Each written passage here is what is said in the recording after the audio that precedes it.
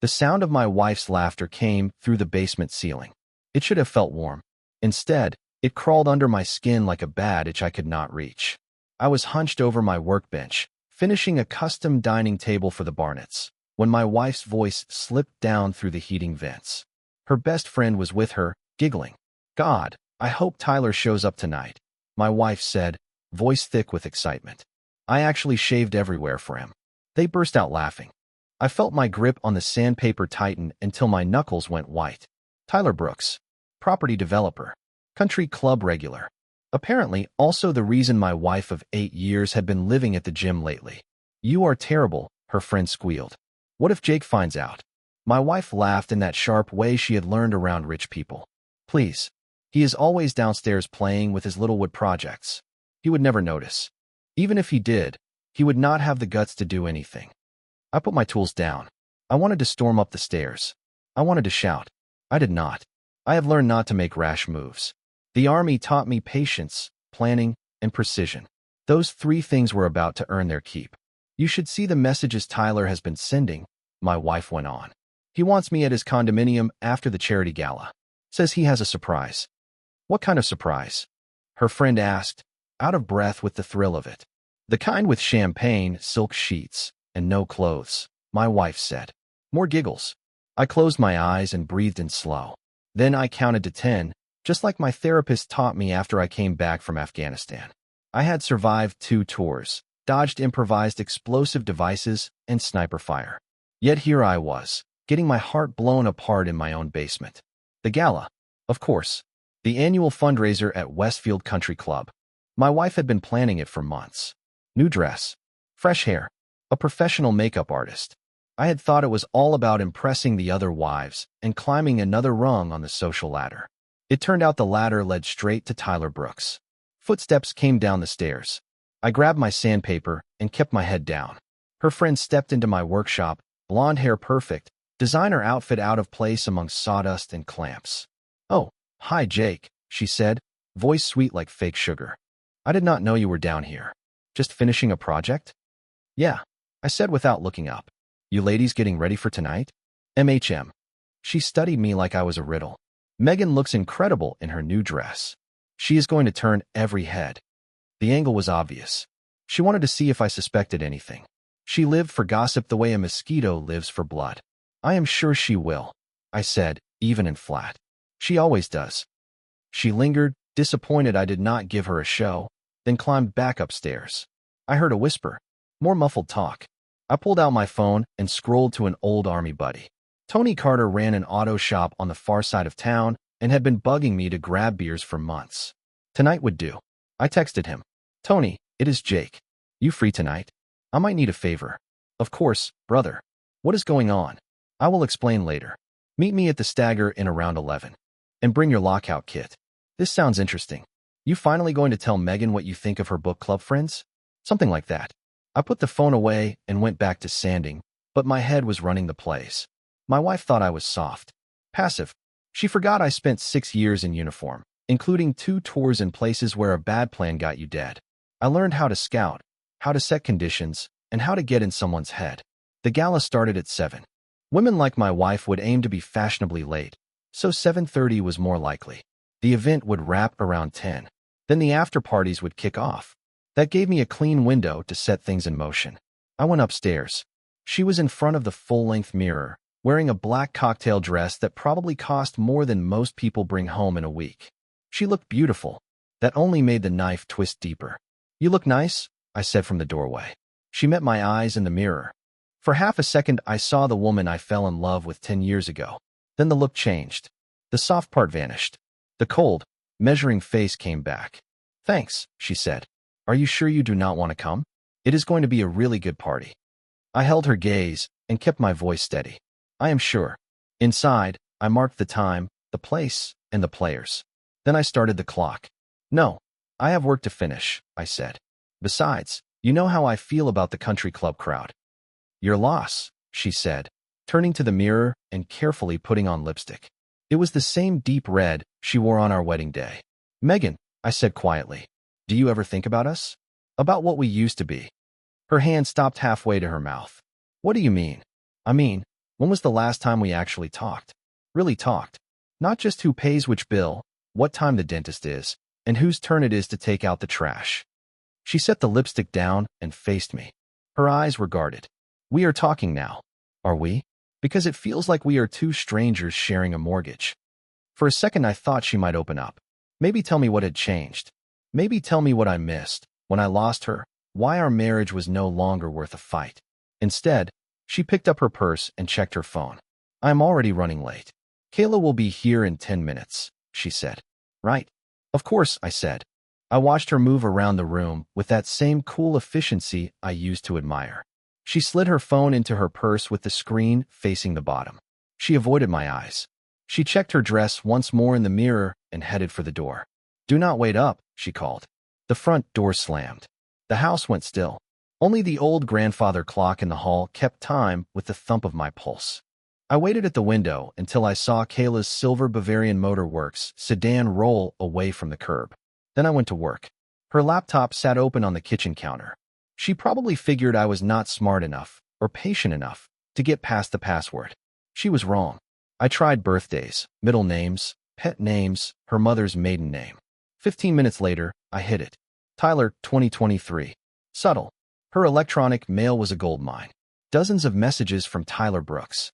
It started 3 months ago with what looked like legitimate work talk about a property development account that her public relations firm handled. It did not stay professional. Tyler wrote about having lunch with me at the club.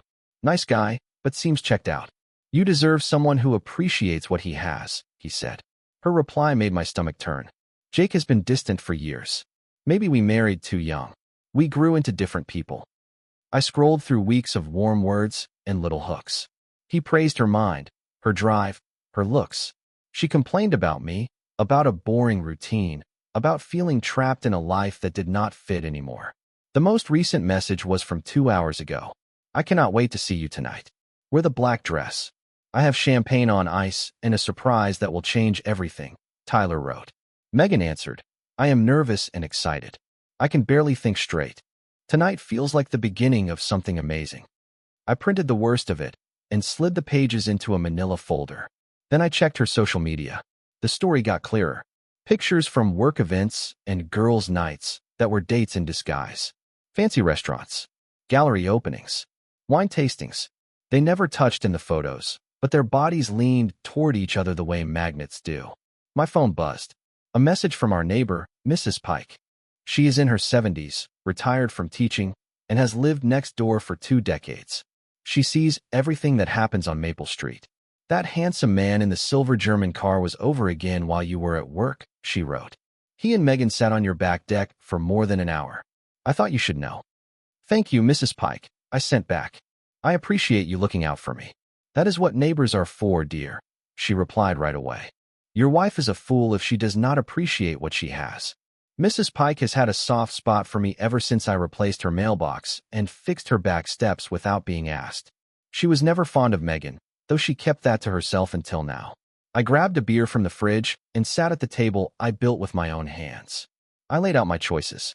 I could confront Megan and get a hurricane of denial and blame, and then watch her move in with Tyler while I got left holding the mortgage and the legal mess. I could hire a private investigator and a divorce lawyer and start the slow grind. That would take months and cost a small fortune, and once she knew I was onto her, she would cover her tracks. Or I could do what I am good at. Gather information. Set a plan. Execute clean. I called Tony. Change of plan, I said. Meet me at Tyler Brooks's condominium building downtown. Got it, he said. I will bring the lockout kit. I closed the folder, picked up my keys, and felt the calm settle in. Time to move. Bring the camera with the long lens, I told Tony. Jake, what is going on? My wife is sleeping with a real estate guy, and I am going to make sure the truth is seen. Silence on the line. Then, you are sure about this, brother?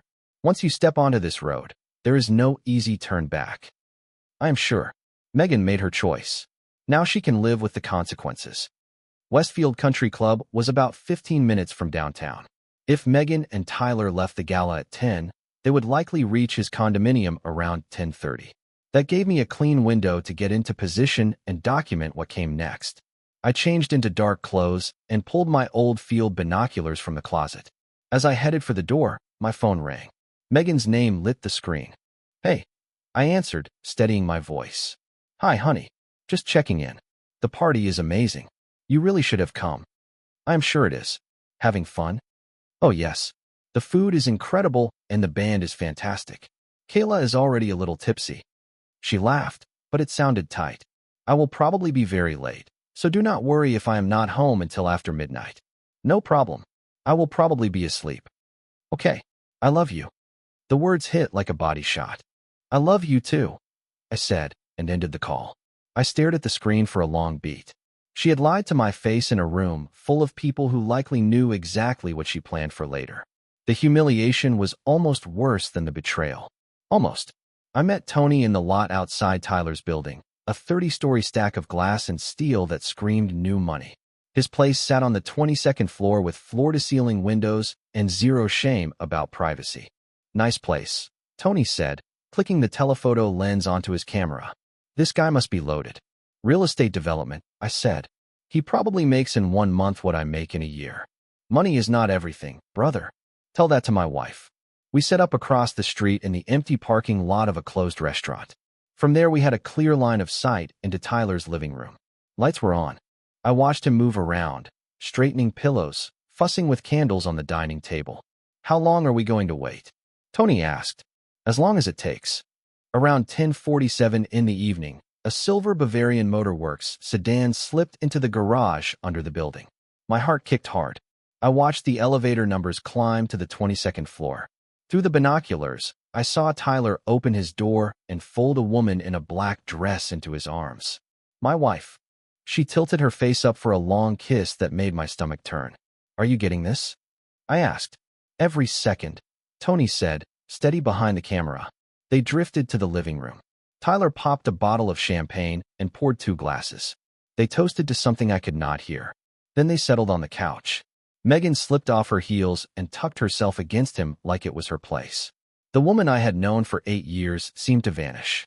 In her place was someone bright and breathless, touching his arm, his face, laughing the way she had not laughed with me in months, maybe years. Keep shooting, I said. Tyler left the room and came back with a small jewelry box. He went down on one knee. Even from across the street, I saw Megan's hands fly to her mouth. Holy, Tony caught himself. Is he proposing? I'll climb my throat. Megan nodded fast, tears on her cheeks, as Tyler slipped something onto her finger. They kissed again, deeper. Then he scooped her up and carried her toward the bedroom. That is enough? I said, lowering the binoculars. I have seen enough. Tony took the camera down and looked at me. I am sorry, man. This is twisted. Yeah, I said. But now I know what I am dealing with. We drove back to the Stagger Inn without a word. I put down whiskey until the burn in my chest went numb.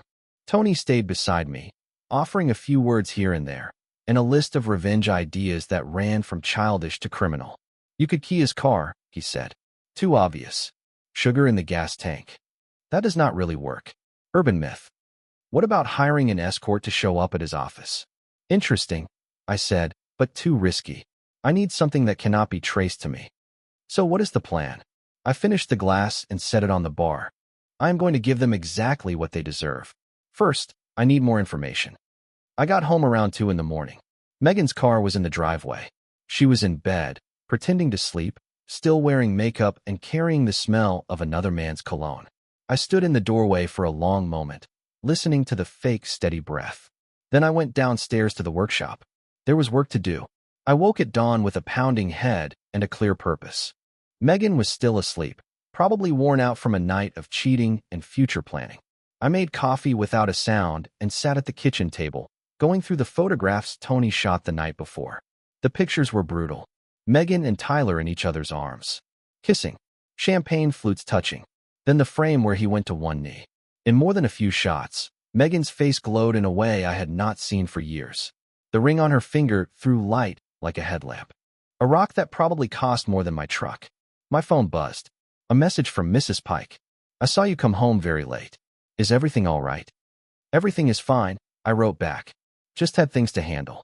If you need anything, do not hesitate. Some of us still believe in loyalty and commitment. That woman is a gift. Megan shuffled in around 9.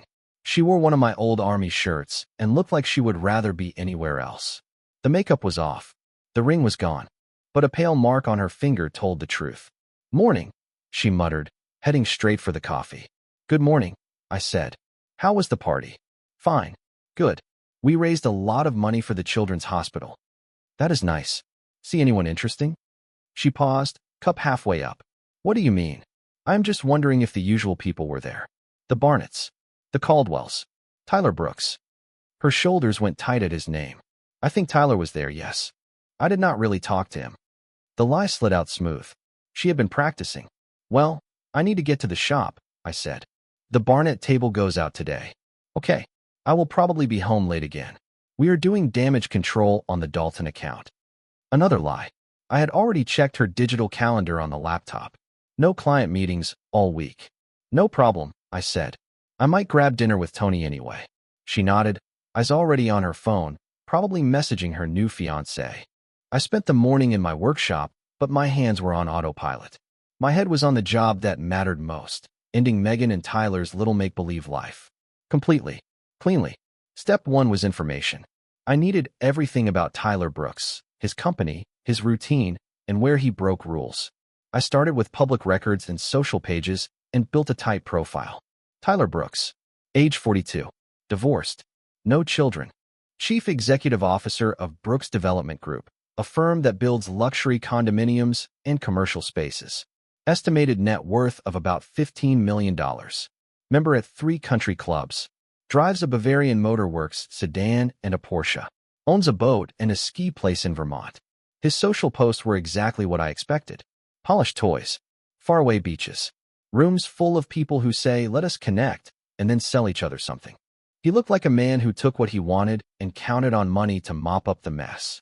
Everybody has a weak seam. Finding it is what I am good at. I dug into business filings and found a thread. 2 years back, Brooks Development Group got jammed up in a zoning fight. There was an accusation of bribing city officials to push through a hotly contested high-rise. The charges died, but the local coverage hinted there was more under the surface. I called the reporter who wrote those pieces. In my version, her name was Rachel Price at the Maple County Gazette. "Miss Price, my name is Jake Miller. I am calling about your reporting on Brooks Development Group and the zoning mess." "Oh, that. What about it?" "I have reason to think Tyler Brooks is tied to other questionable moves." "Would you want to hear about it?" A beat of silence. "What kind of moves?" "The kind the State Ethics Commission and his investors might care about." "I am listening." "Not over the phone. Can you meet for coffee this afternoon?" We picked a cafe downtown, far from anywhere Megan or Tyler might drift through. Rachel showed up 10 minutes early. 30s. Sharp eyes. You could tell she did not have patience for slick men with expensive watches. "Brooks has been on my radar for years," she said over lattes. "He is careful. He pays for good lawyers." "What do you have?" I laid out public documents I had pulled, with a few transfers and shell names that smelled wrong. I did not say a word about the affair. This had to look like a straight-up investigation. "This is interesting," she said, flipping pages. "But I need more. Records. Witnesses. Something solid. What if I can get access to personal communications, electronic mail, text messages?" Her eyes lit. "That would change everything. But how would you get that?" "Let me worry about that," I said. "If I deliver, will you run with it?" "Absolutely." I shook her hand and felt the plan settle into place. "Brooks has been sliding by on charm and connections for too long," I said. "If he is dirty, the public deserves the truth." Rachel and I shook hands. That was the first piece of the plan snapping into place. That evening, while Megan was supposedly working late, I drove to Westfield Country Club. I am not a member, but I know the layout from the few nights Megan dragged me there. More important, I know Tyler Brooks keeps a standing reservation at the bar every Tuesday.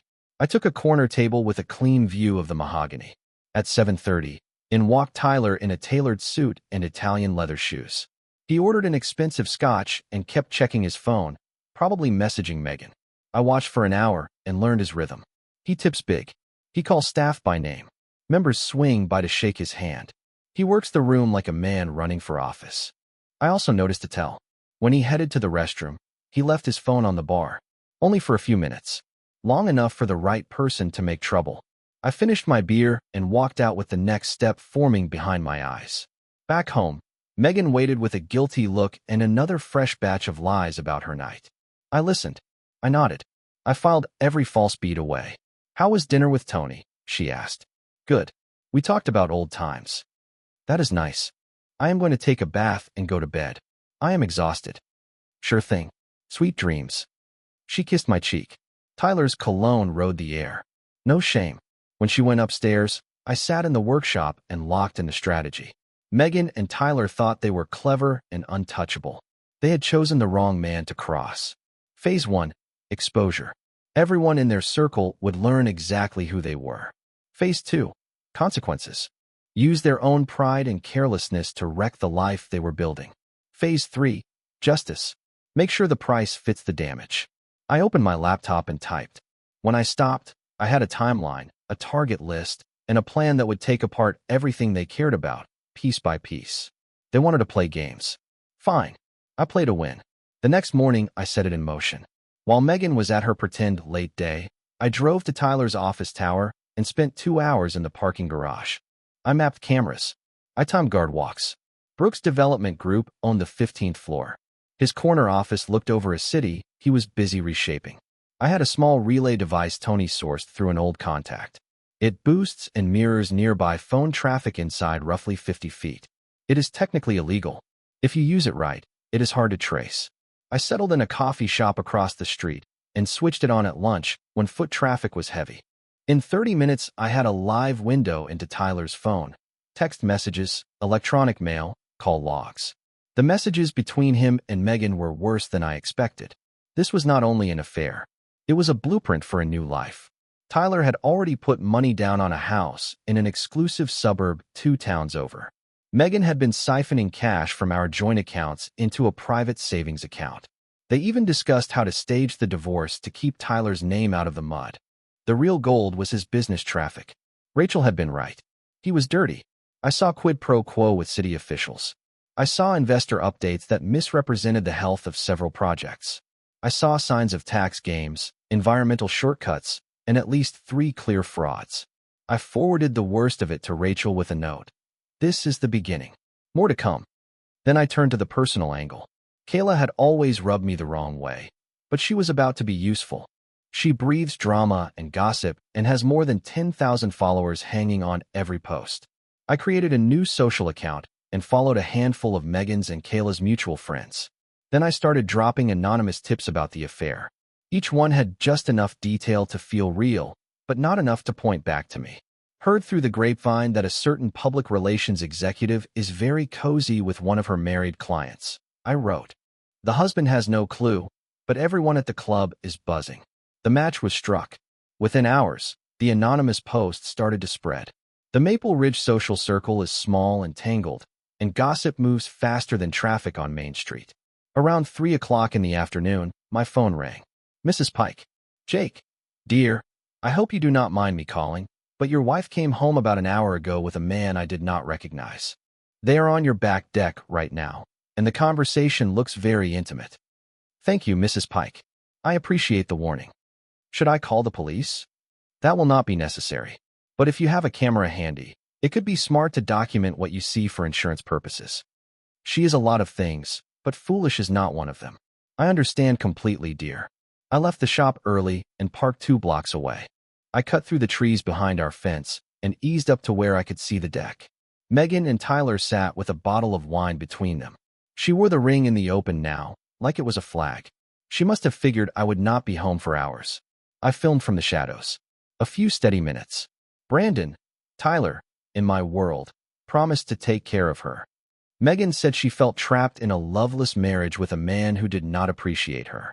Jake is a good guy, Tyler said, but he is never going to give you the life you deserve. You are meant for more. I know, Megan said. Sometimes I feel guilty. He is not a bad person. Guilt is a luxury you cannot afford. Think about your own happiness. You are right. I just want this to be over so we can start our real life. Soon, baby. Very soon. They kissed. Heat rose in my chest. I caught it. I bent it into fuel. That evening, I made my first open move. Megan came in around 7 with a fresh armful of excuses about late meetings. I listened and nodded like always. Then I said, let us go to dinner at the Stagger Inn. Really? That place is kind of a dive, is it not? Come on. We never go out anymore. It will be fun. She agreed, probably because it was easier than a fight. Tuesdays at the Stagger Inn are trivia nights, and half the Westfield set shows up to prove they are clever. We walked in at 8 o'clock, and the place was full of familiar faces. I made it a point to shake hands, smile big, and play the part of a husband on date night with his wife. Jake. Megan. Called Tom Barnett, one of Megan's public relations clients. Great to see you two out together. You hardly ever come to these. I have been trying to get Megan to come out more, I said, sliding an arm around her waist. She works so hard. Sometimes I have to drag her away from the office.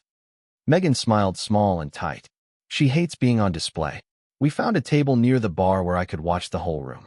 Megan kept checking her phone, wondering why Tyler was not replying. She did not know I had used my window into his phone to block her number for a while. Halfway through our burgers, I excused myself. I stopped at the bar and struck up a conversation with a couple of guys I knew from back in the day. How are things with you and Megan? Asked Mark Peterson, a classmate from high school. Good, I said. We are even talking about renewing our vows for our 10th anniversary next year. Really recommitting. That is awesome, man. You are lucky. I looked over at Megan, still stabbing messages into her screen. Yeah, we really are. When I got back to the table, she was twitchy. Everything okay? I asked. Fine. Work stuff. Maybe put the phone away. This is supposed to be a date. She slid it into her purse, but her fingers kept flexing like they missed it. The trivia round started, and couples drifted to our table to make a team. Megan tried to play along, but her eyes kept cutting to the door like she was waiting for Tyler to materialize out of thin air. Megan seems distracted tonight, said Laura Peterson, Mark's wife. She has been under a lot of pressure at work, I said. Big client presentation coming. Oh, right. Did you say she is working with Brooks Development Group? Tyler Brooks is such a charming man. I felt Megan stiffen beside me. Yes, she said in an even tone. He has been very professional. I heard he is single now, Laura added. Divorced last year, I think. It is a shame when marriages do not work. Yes, Megan said quietly. It really is. I squeezed Megan's hand under the table. Good thing we do not have to worry about that, right, honey? She forced a small smile. Right. The rest of the night was more of the same. Small talk. Questions about our marriage. Chances for Megan to lie to people who had known her for years. By the time we walked out, she was wound tight enough to hum. That was fun, I said in the parking lot. We should do it more often. Sure. Whatever. She looked pale. You seemed a little off tonight. Are you feeling okay? I am fine, Jake. Just tired. Maybe you should take a vacation. I unlocked the car and kept my voice easy. Maybe I will. Inside, the clock kept ticking. By sundown, the blind item I planted had a life of its own. Maple Ridge is tight-knotted, and whispers here outrun traffic on Main Street. At 3 o'clock, my phone rang. Mrs. Pike. Jake. Dear, I hope you do not mind the call. Your wife came home about an hour ago with a man I did not recognize. They are on your back deck right now. It looks intimate. Thank you, Mrs. Pike. I appreciate the warning. Should I ring the police? That will not be necessary. If you have a camera handy, it would be wise to document what you can, just in case. She knows the score. I understand completely, dear. I left the shop early, parked 2 blocks away, and slid through the trees behind our fence. From the brush, I had a clear angle. Megan and Tyler sat across from each other with a bottle of wine between them. The ring was back on her finger, bright as a flare. She must have figured I would not be home for hours. I filmed steady and quiet. A few clean minutes. Tyler promised to take care of her. Megan said she felt stuck in a loveless marriage with a man who did not appreciate her. Jake is a decent man, Tyler said, but he is never going to give you the life you deserve. You were made for more. I know, Megan said. Sometimes I feel guilty. He is not a bad person. Guilt is a luxury you cannot carry right now. Think about your own happiness. You are right. I just want this to end so we can start our real life. Soon, he said. Very soon. They kissed.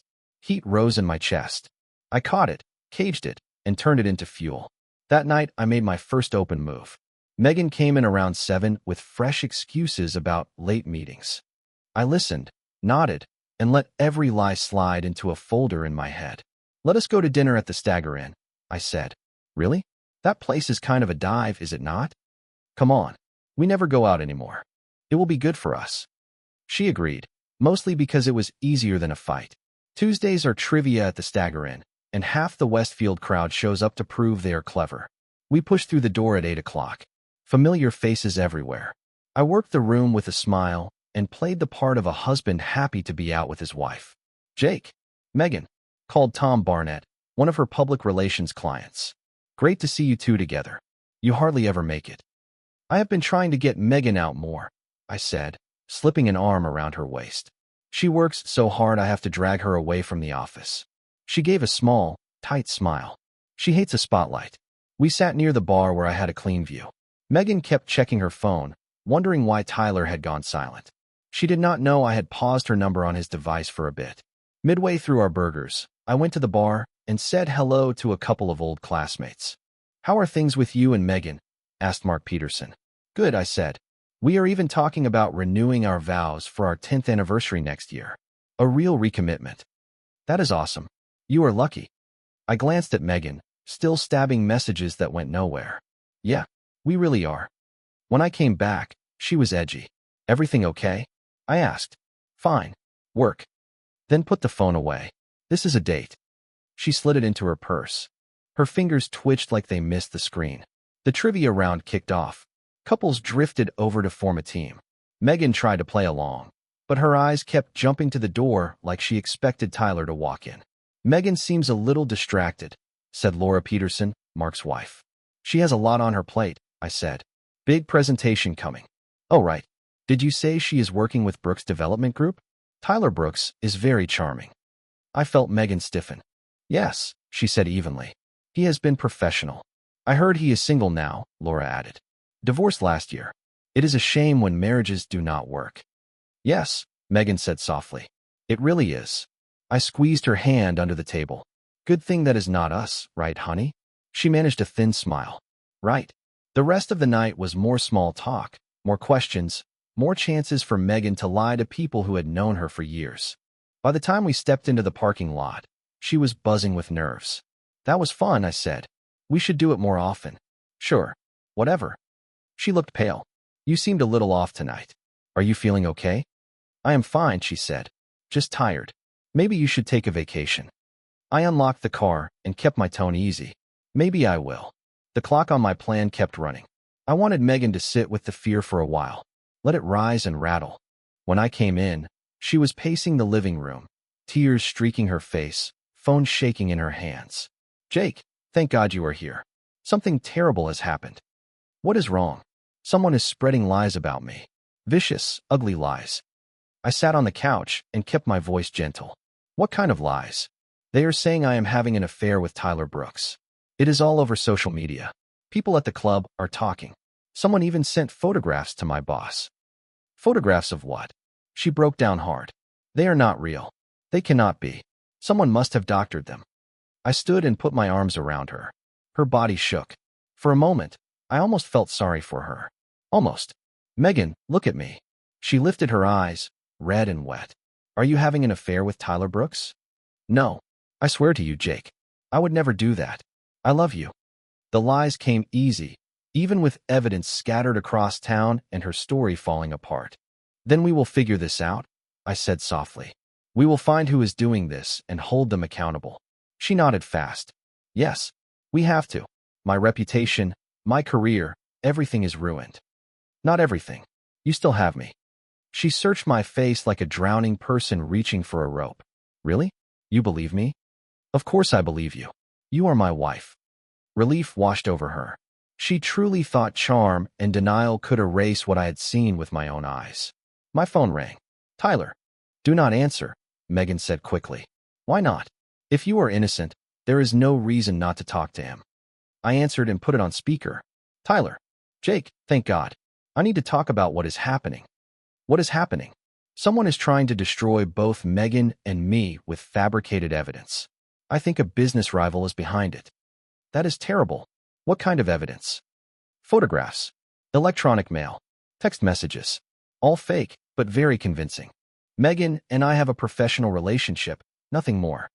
I looked at Megan. She nodded like a bobblehead. I see. And you have no idea who might be doing this?